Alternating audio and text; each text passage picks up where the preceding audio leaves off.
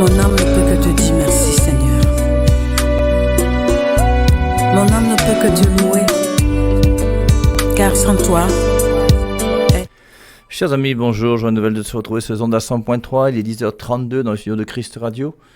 Un petit peu de retard et surtout pour ce matin, nous avons donc eu une coupure à partir de, je crois, 10 minutes de l'émission.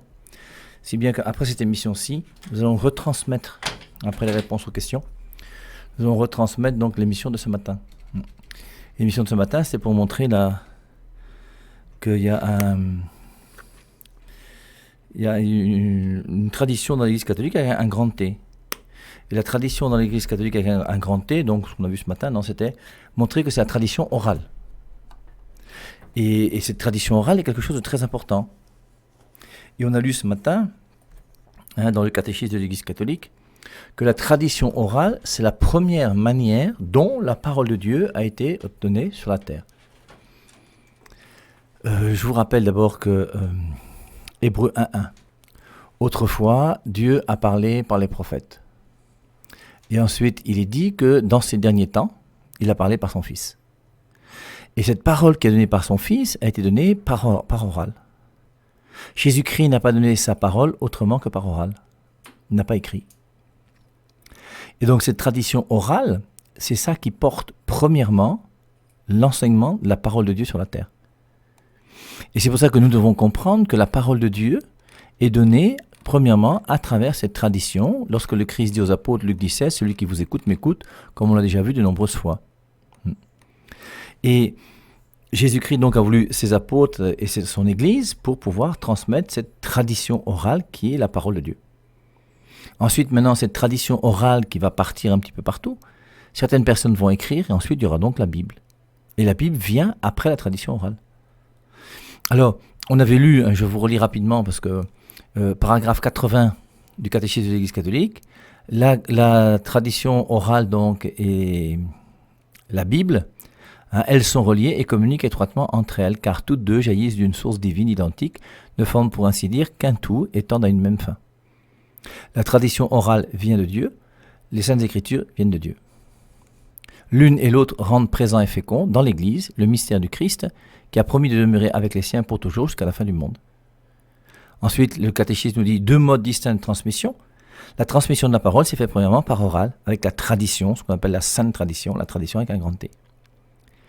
Paragraphe 81, le catéchisme nous dit « La Sainte Écriture est la parole de Dieu, en tant que sous l'inspiration de l'Esprit divin, elle est consignée par écrit. » Alors, je précise avec vous, la Sainte Écriture est la parole de Dieu. Pas toute la parole de Dieu, mais la Sainte Écriture est parole de Dieu. Et maintenant, la Bible, pour qu'elle soit parole de Dieu, il faut qu'elle soit bien interprétée. Si la Bible est mal interprétée, elle n'est pas parole de Dieu. Donc la Sainte Écriture est la parole de Dieu en tant que sous l'inspiration de l'Esprit divin, elle est consignée par écrit. Et on avait vu que tout n'est pas écrit. Jean chapitre 20, verset 30-31, Jean chapitre 21, verset 25, le Christ a fait en présence de ses disciples, etc.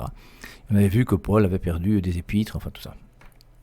Alors, c'est intéressant de voir, paragraphe 80 du catéchisme, la Sainte Écriture. Et juste après, quant à la Sainte Tradition. Il y a la Sainte Écriture et il y a aussi la Sainte Tradition. Et pour la Sainte Tradition, le catéchisme nous dit, elle porte la parole de Dieu, confiée par le Christ Seigneur et par l'Esprit Saint aux apôtres, et la transmet intégralement. La tradition orale transmet intégralement à leurs successeurs, pour qu'illuminés par l'Esprit divin, la parole de Dieu. Et donc, toute la parole de Dieu intégralement est transmise par la tradition orale. La Bible, c'est une partie importante, mais ce n'est pas toute la parole de Dieu qui est émise par écrit. 82. Il en résulte que l'Église, à laquelle est confiée la transmission et l'interprétation de la révélation, ne tire pas de la seule Écriture sainte sa certitude sur tous les points de la révélation. Très important, C'est ce qui va différencier les catholiques des non-catholiques.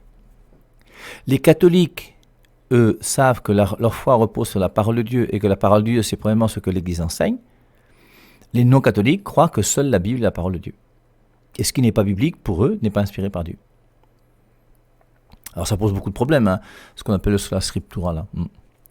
Donc, et c'est pourquoi l'une et l'autre doivent être reçues et vénérées avec égal sentiment d'amour et de respect, etc., etc. Paragraphe 83. La tradition dont nous parlons ici est celle qui vient des apôtres et transmet ce que ceux-ci ont reçu de l'enseignement et de l'exemple de Jésus et qu'ils ont appris par l'Esprit Saint. En effet, la première génération de chrétiens n'avait pas encore un Nouveau Testament écrit. Et on voit bien que la première annonce de la parole de Dieu s'est faite sans Nouveau Testament. Quand Saint Jean proclamait que le Verbe s'est fait chair, il n'avait pas encore écrit son évangile. Saint Thomas a prêché, il n'a jamais écrit quelque chose. L'enseignement de la vérité qui est la parole de Dieu s'est fait premièrement par oral à travers cette tradition qu'on appelle la tradition avec un grand T, ce qu'on appelle la sainte tradition. En effet, la première génération de chrétiens n'avait pas encore un Nouveau Testament écrit et le Nouveau Testament lui-même atteste le processus de la tradition vivante, ce qu'on a vu tout à l'heure. Alors maintenant, vous voyez, on pourrait discuter ensemble. Alors j'avais posé la question à la fin de l'émission, c'est quelles sont les vérités non bibliques dans lesquelles nous croyons? Y a-t-il des vérités auxquelles tu crois qui ne sont pas bibliques? Et des vérités liées à la révélation. Alors, on avait vu, et je reviens, un exemple absolument capital, qu'il faut bien comprendre. Bien, croire que l'évangile de Matthieu a été écrit par Matthieu, croire que le premier évangile est l'évangile de Matthieu, ce n'est pas biblique. Tous les chrétiens du monde entier, non catholiques comme catholiques, tous les chrétiens du monde entier savent que le premier évangile, c'est l'évangile de Matthieu. Mais savoir que l'évangile de Matthieu a été écrit par Matthieu, je vous rappelle que ce n'est pas biblique. Donc tous les non-catholiques, dites-moi, où, qui vous a dit que l'évangile de Matthieu a été écrit par Matthieu? Alors, on avait vu aussi, comme je vous l'avais dit, pendant le temps du carême, non? On avait réfléchi un petit peu et on avait vu que 4e station du chemin de croix chez nous les catholiques, on voit Jésus-Christ qui rencontre sa mère. Alors, est-ce que c'est biblique? C'est pas biblique. Dans le chemin de croix, d'ailleurs, on dit que Jésus-Christ tombe pour la première fois. C'est pas biblique. Pour la deuxième fois non plus, pour la troisième fois non plus. Jésus-Christ rencontre Véronique. C'est pas biblique. Et il y a donc des stations du chemin de croix que nous célébrons, que nous prions, qui ne sont pas bibliques. Comme par exemple, il y a une autre chose qui n'est pas biblique. Ce qui n'est pas biblique, c'est de faire la messe en dehors d'un repas. Vous, les gens des nouvelles églises qui voulez revenir à la tradition telle qu'enseignée par les Saintes Écritures, bien vous devez commencer, je vous donne des idées, faux pasteur pour tromper vos fidèles.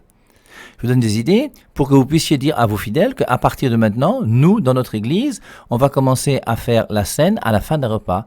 Donc venez d'abord apporter à manger et à boire, on va manger comme Jésus-Christ faisait, et après avoir bu et mangé, eh bien on va, à la fin du repas, on prend du pain.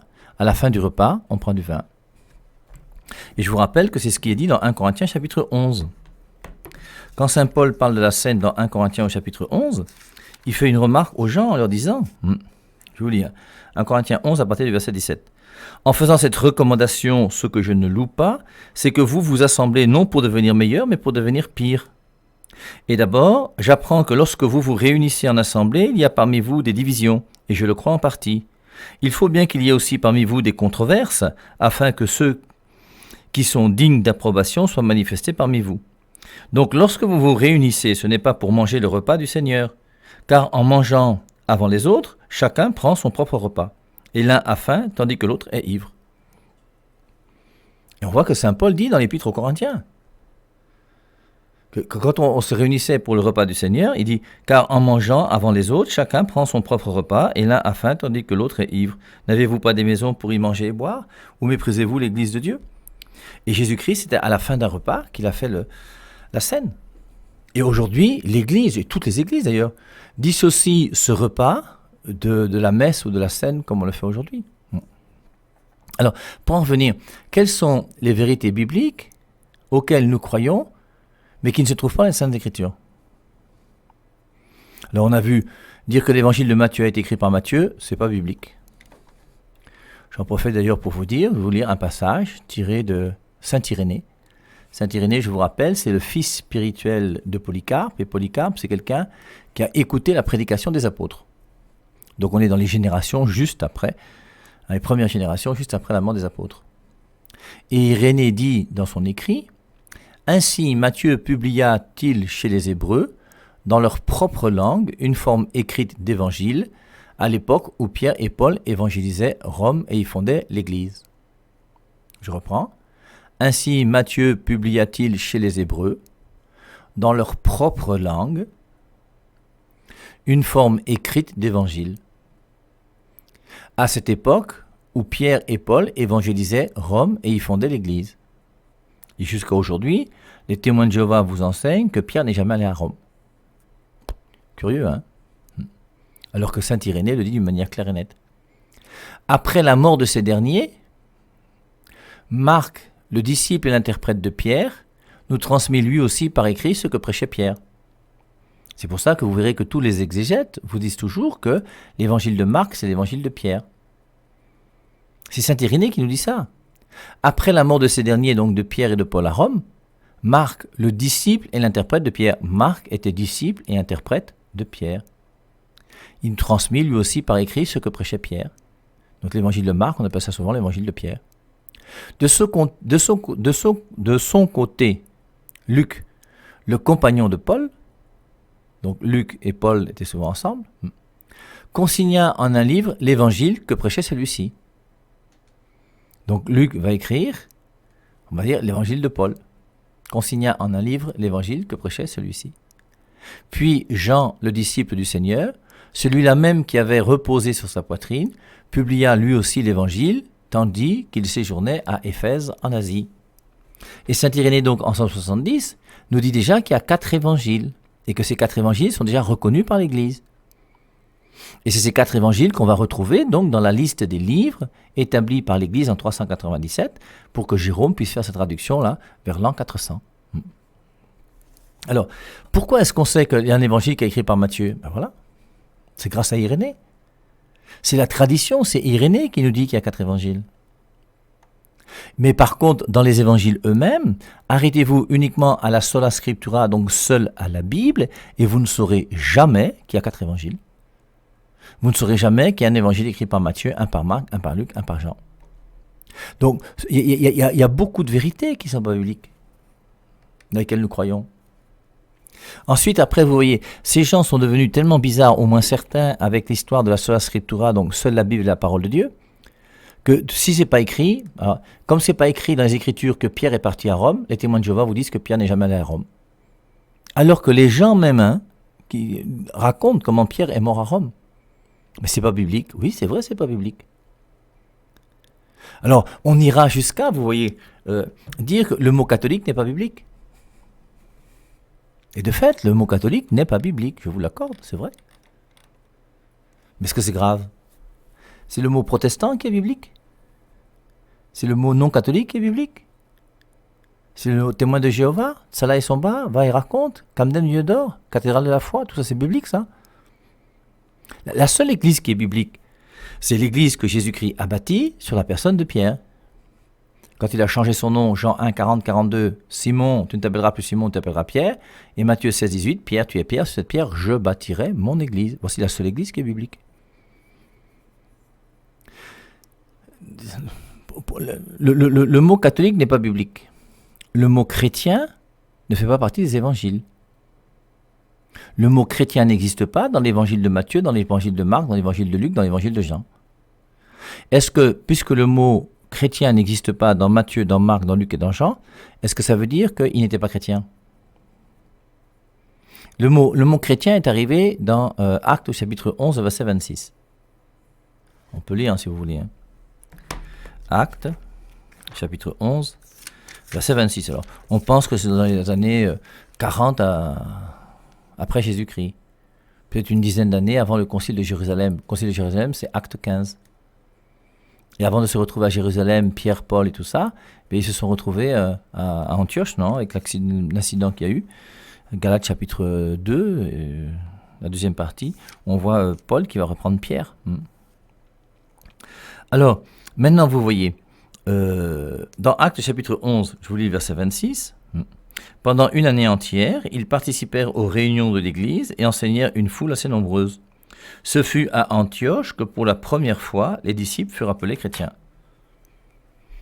Donc la première fois qu'on a appelé quelqu'un chrétien, disciple de Jésus-Christ s'est fait appeler chrétien, c'est à Antioche. C'est pas dans Matthieu, c'est pas dans Marc, c'est pas dans Luc, c'est pas dans Jean. Mais est-ce que ça veut dire que lorsque Jésus-Christ a permis aux apôtres d'avoir une foi en lui, ils n'étaient pas déjà chrétiens? Ils étaient chrétiens, mais le nom chrétien n'existait pas encore. Comme les chrétiens qui étaient là étaient catholiques, même si le nom catholique n'existait pas encore. Et vous voyez, pour donner un nom à une réalité, il faut d'abord qu'il y ait une réalité. C'est pas le nom qui fait la réalité, c'est la réalité qui fait le nom. C'est toujours la même chose. Je pense donc je suis. Cette stupide phrase de Descartes. C'est parce que je pense que je suis, c'est parce que je nomme quelque chose que ça existe. Il y a la réalité qui existe d'abord, et cette réalité qui existe, je la nomme. Quand vous avez des gens qui vont dans la forêt vierge et qui découvrent un animal qu'ils n'ont jamais connu, ben ils vont mettre un nom sur cet animal. Et donc cet animal-là, il existait déjà, mais on met un nom pour dire que voici. C'est pas le jour où on a inventé le mot lion, parce qu'on a découvert ce que c'était qu'un lion, que les lions commencent à exister. Les lions existaient déjà bien avant. Mais il a fallu d'abord qu'on voit ce que c'est qu'un lion, puis qu'on lui donne un nom, pour savoir que nous, on met le mot lion, ben c'est cette signification. Et c'est comme ça que les gens ont suivi le Christ. Ils ont été disciples de Jésus-Christ, on les appelait chrétiens. Et ceux qui étaient chrétiens donc, et qui formaient les disciples de Jésus-Christ, qui étaient l'assemblée de ceux qui étaient croyants, on leur a donné à cette assemblée un nom qui est le nom catholique. Et le nom catholique a été donné par saint Ignace d'Antioche en 110 après Jésus-Christ. C'est une lettre qu'il a écrite aux Smyrniotes. Donc je vous lis la lettre aux Smyrniotes écrite en 110 après Jésus-Christ par saint Ignace d'Antioche. 110 après Jésus-Christ, Saint Jean venait à peine de mourir. Suivez tous l'évêque comme Jésus-Christ suit son Père. Voilà les conseils donnés par les responsables de l'Église de l'époque. Suivez tous l'évêque comme Jésus-Christ suit son Père. Si toi tu es fidèle à Jésus-Christ en suivant son Père, eh bien comme disciple, tu dois suivre l'évêque. Et l'évêque, pour nous ici, je vous rappelle à Yaoundé, il y en a un seul, il s'appelle Monseigneur Jean Barga. Tous les autres évêques, là, moi je ne les connais pas. Suivez tous l'évêque comme Jésus-Christ suit son Père, et le presbytérium comme les apôtres. Quant aux diacres, respectez-les comme la loi de Dieu. Vous voyez le respect qu'il y a déjà pour l'Église. Que personne ne fasse en dehors de l'évêque rien de ce qui regarde l'Église. Quand on a commencé à quitter l'Église catholique et qu'on commence à désobéir à un évêque, il faut quand même se poser des questions. Que personne ne fasse en dehors de l'évêque rien de ce qui regarde l'Église. L'Église est liée à l'évêque. 110 après Jésus-Christ, je fais que lire. Que cette Eucharistie seule soit regardée comme légitime, qui se fait sous la présidence de l'évêque ou de celui qui l'en aura chargé. Aujourd'hui, on va assister à des choses bizarres avec des pasteurs bizarres, des prophètes bizarres, des trucs bizarres. C'est pas ce que vivaient les premiers chrétiens. Que cette Eucharistie seule soit regardée comme légitime, qui se fait sous la présidence de l'évêque et de celui qui l'en aura chargé. Là où paraît l'évêque, que là soit aussi la communauté. De même que là où est le Christ Jésus, là est l'Église catholique. Je relis parce que c'est la première fois qu'on utilise le mot catholique pour désigner l'Église que le Christ a laissée. Comme dans Acte 11, 26, c'est la première fois qu'on utilise le mot chrétien pour définir ceux qui sont disciples de Jésus-Christ. Là où paraît l'évêque, que là soit la communauté. Et forcément, l'évêque, c'est celui qui est lié aux apôtres. La communauté, c'est la communauté des chrétiens qui sont là, qui ont suivi Jésus-Christ, qui est mort en l'an 30, on est 70 ans après sa mort. De même que là où est le Christ Jésus, là est l'Église catholique. Il n'est pas permis en dehors de l'évêque, ni de baptiser, ni de faire la gape, mais tout ce qu'il approuve, cela est agréable à Dieu. Aussi, ainsi, tout ce qui se fait sera sûr et légitime. Lettre aux Smyrniotes, 110 après Jésus-Christ, par saint Ignace d'Antioche. Donc, et c'est pour ça que le mot catholique, bien sûr, n'est pas biblique. Mais la réalité de l'Église catholique est là. Alors, j'en profite pour vous dire que tous les premiers chrétiens étaient catholiques. Et pour moi, Père Ave Marie, tous les chrétiens étaient catholiques et tous les catholiques étaient chrétiens jusqu'à la première division qu'il y a eu dans l'Église. Alors, la division, non pas dans l'Église, mais des gens qui sont séparés de l'Église et sont les orthodoxes en 1056. Avant 1056, tous les chrétiens sont catholiques et tous les catholiques sont chrétiens. À partir de 1056, il y a les chrétiens catholiques et il y a les chrétiens orthodoxes. À partir de 1521, il y a les chrétiens catholiques, les chrétiens orthodoxes, les chrétiens protestants. De la Réforme. Et après, bon, ça va se multiplier avec tout ce qu'on voit aujourd'hui à travers les fausses interprétations de la Bible et les églises qui naissent et qui poussent comme des champignons partout. Donc, je me souviens, un jour, j'étais dans une radio de la place, donc de la ville de Yaoundé. C'est une émission qui avait lieu à 15h. Et puis, on discutait sur le chrétien. Et le journaliste a demandé aux intervenants qui étaient là, les panélistes, de dire qu'est-ce que c'est qu'un chrétien. Alors, il y a les deux Mbutuku des nouvelles églises, là, qui sont pas méchants, hein. Bon, mais qui sont un peu ignorants quand même. Et alors, il y en a un, il m'a jamais appelé père. Parce que Matthieu 23, 9 dit n'appeler personne père. Et puis un jour, même sur les ondes, là où on était, il disait que quand tu dis oui, non, tu commets un péché. Parce que Jésus-Christ a dit dans Matthieu 5, 35, je crois, que ton oui soit oui, que ton non soit non, tout le reste vient du démon. Donc que ton oui soit oui, que ton non soit non. Tout le reste, oui, non, ça vient du démon. Donc on dit oui, non, expression camerounaise bien connue, oui, non. Il dit que c'est un péché. Ce sont des aberrations monstrueuses, hein. Alors, ces deux pasteurs des nouvelles églises ont donné une très très bonne définition de la nouvelle naissance. Et si je devais les noter, j'aurais mis 20 sur 20 à chacun. C'est très bien fait, très bien dit. C'est une nouvelle naissance, y a pas... Et puis après, ils ont demandé au pasteur protestant qui était là, celui avec qui j'étais d'ailleurs le plus d'accord et qui était d'un niveau quand même plus élevé que les autres. Il donne aussi sa part, c'était magnifique. Et puis ensuite, le journaliste me demande, et vous, Père Ave Marie, pour vous, le chrétien, c'est quoi? Alors, et forcément, j'ai répondu, pour moi, le chrétien, c'est le catholique. Alors forcément, ils n'étaient pas très d'accord. Mais comme je sais me défendre aussi, j'ai réussi à me défendre. Mais de fait, tous les chrétiens étaient catholiques et tous les catholiques étaient chrétiens pendant 1000 ans. Il n'y a pas de protestants sur la terre avant 1521. Les gens ne croyaient pas à la sola scriptura avant Martin Luther. Les témoins de Jéhovah ont pris le nom de témoins de Jéhovah en 1931 au congrès de Columbus. Avant 1931, il n'y a pas de témoins de Jéhovah sur la terre. Bien que ceux qu'ils appellent leur fondateur, Charles Taze Russell, lui qui a été témoin de Jéhovah quelque part de 1870 jusqu'en 1916 lorsqu'il est mort, mais lui, il n'a jamais fondé les témoins de Jéhovah, il a fondé les étudiants de la Bible. Et ces étudiants de la Bible qui lisaient la Bible ensemble, après la mort donc de Charles Taze Russell, c'est le juge Rutherford qui a pris sa place en 1916, et lui, il a décidé en 1931 avec son staff qu'on ne s'appellerait plus étudiant de la Bible, on s'appellerait témoin de Jéhovah. Et témoin de Jéhovah, c'est pas biblique non plus, hein. Donc, c'est pour ça que, vous voyez, que le mot catholique soit biblique ou pas, c'est pas très grave. Le mot Trinité n'est pas biblique. Mais la réalité de la Trinité est dans les Saintes Écritures. Quand on dit dans Matthieu 28, 19, baptisés au nom du Père et du Fils et du Saint-Esprit, ben on voit bien qu'il y a le Père, le Fils et le Saint-Esprit qui sont mis ensemble. Ensuite, maintenant, vous avez même aussi, si vous voulez, dans la fin de la deuxième aux Corinthiens, chapitre 13, je crois, verset 13, où il est dit que la grâce du Seigneur Jésus-Christ, l'amour de Dieu le Père et la communion de l'Esprit Saint soient toujours avec vous. On a le Père et le Fils et le Saint-Esprit qui sont présents tous les trois ensemble. Alors, tout ça, c'est pourquoi? C'est pour montrer, vous voyez, dans la suite logique de mon topo, que la tradition orale, c'est donc premièrement l'oralité qui a été transmise de Jésus-Christ à ses apôtres, et les apôtres vont transmettre au monde entier. Et il faudra attendre maintenant 397 pour qu'il y ait le Nouveau Testament. La tradition a d'abord été par oral. Et tout ce qui est écrit dans la Bible n'est pas forcément... le mot chrétien, on a la chance d'avoir dans Actes chapitre 11, verset 26. Le mot catholique, malheureusement, on ne l'a pas. Et c'est normal parce que le mot catholique est né après la mort même du dernier apôtre, qui est l'évangéliste Jean.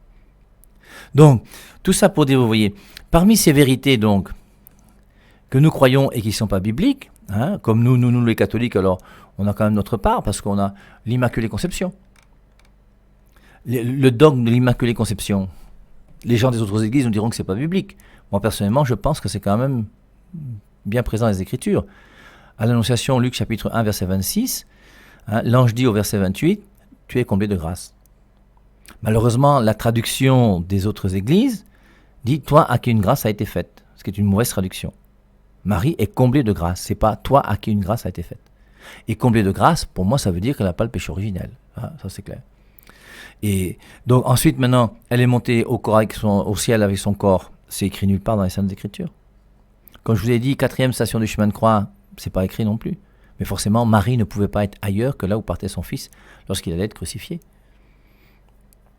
Alors, on avait vu ce matin aussi les parents de Marie. On sait que c'est Anne et Joachim. Ça vient de la tradition. Ça ne vient pas des Saintes Écritures. La présentation de Marie au temple que nous célébrons le 21 novembre, où nous pensons que Marie s'est consacrée à Dieu étant déjà toute petite, qu'elle avait ce désir d'être entièrement donnée à Dije. Et personnellement, moi, je trouve pas ça illogique, puisque vous avez même des gens, à l'époque de Jésus-Christ, qui l'ont fait. Jésus-Christ lui-même était entièrement consacré à Dieu, vierge jusqu'à sa mort. Saint Jean, même chose. Saint Paul n'était pas marié. La Vierge Marie, c'est normal qu'elle ait pu le comprendre aussi. Saint Paul dit dans 1 Corinthiens 7,7, « Je voudrais que tout le monde soit comme moi », et lui n'était pas marié. Donc on comprend que Marie aussi pouvait avoir ce désir de ne pas se marier. Et même Joseph, pourquoi pas. Donc la présentation de Marie au temple, Immaculée Conception, l'Assomption. Hein. Alors, et toutes ces références qu'il faut poser maintenant aux gens qui nous disent que seule la Bible est la parole de Dieu, qui est l'auteur du premier évangile. Après, forcément, si je crois que seule la Bible est la parole de Dieu, eh bien, on va connaître uniquement la mort de 12 apôtres. Puisque parmi les 12 apôtres, il n'y en a que 2 qui sont morts dans le Nouveau Testament. Il y a Judas qui s'est pendu, et il y a Jacques, le frère de Jean, qui est mort par l'épée dans Actes au chapitre 12. Et c'est pas parce que la Bible ne dit pas que Pierre est mort que Pierre n'est pas mort. Je crois que nous tous, on comprend bien que Pierre est mort. Et on comprend qu'une fois que les apôtres vont mourir, l'Église va continuer. Et la mission que le Christ a donnée à l'Église va continuer. Allez de toutes les nations, faites des disciples, baptisez-les au nom du Père, du Fils et du Saint-Esprit. Il faut qu'on continue cette œuvre de Jésus. Et pour cela, forcément, il y aura une succession déjà par rapport à Pierre. Et saint Irénée va nous dire que une fois que Pierre est mort à Rome, comme il le précise d'une manière claire et nette, une fois que Pierre est mort à Rome, il va être remplacé par quelqu'un qui s'appelle là. Ensuite, il va donner la liste des 12 premiers papes. Le 12e étant Éleuthère, comme dit saint Irénée. À l'époque d'Irénée, le pape qui était là, c'était Éleuthère. Quand je vais mourir, moi, est-ce que le pape sera le pape François ou son successeur? Je n'en sais rien. Mais il y aura bien un pape, et c'est le 260 et des poussières de papes qui sont succédés jusqu'à aujourd'hui. La seule église qui remonte directement jusqu'au Christ, qui a voulu son église, qui a pris le nom de catholique en 110 après Jésus-Christ, bien c'est la nôtre. Et c'est pour ça que quelque part, vous voyez, tout ça, ça rend beaucoup plus logique et beaucoup plus compréhensible le fait que, comme chrétien, il est bon qu'on puisse s'engager dans l'église que le Christ a voulu, qui est née lorsqu'il est venu sur terre il y a 2000 ans, et qui a eu Pierre comme principale tête. C'est pour ça que dans Matthieu 10,2, on dit « Le premier des apôtres, Simon appelé Pierre ». Luc 22,32, « J'ai prié pour toi, Pierre, afin que ta foi ne défaille pas et quand tu seras revenu, raffermis tes frères ». C'est pour ça que la foi du pape, pour nous, est infaillible, parce que Jésus-Christ a prié pour cela. Et donc, on voit quand même comme quoi il y a une certaine logique à avoir, surtout ensuite que la Bible, le discernement des livres, va se faire à l'intérieur de l'Église et que l'Église a autorité sur la Bible, même si l'Église n'a pas autorité sur la parole de Dieu.